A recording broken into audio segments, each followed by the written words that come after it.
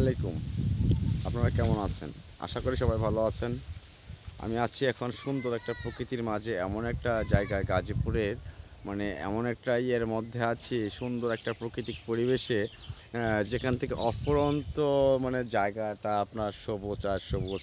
এখানে ধান অবশ্যই মানে পাকা পাকা অবস্থা হয়, যে আপনারা দেখতে পারতেছেন যে আপনার ধান প্রায় এগুলো পেকে গেছে।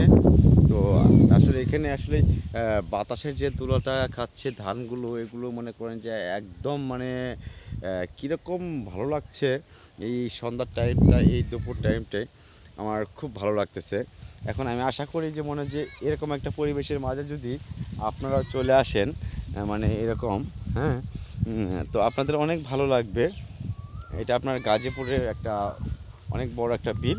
এই বিলের মাঝে সারা বছর এখানে আপনারা অনেক ধরনের ফসল চাষাবাদ হয়, বিশেষ করে ধানটা বেশি হয়।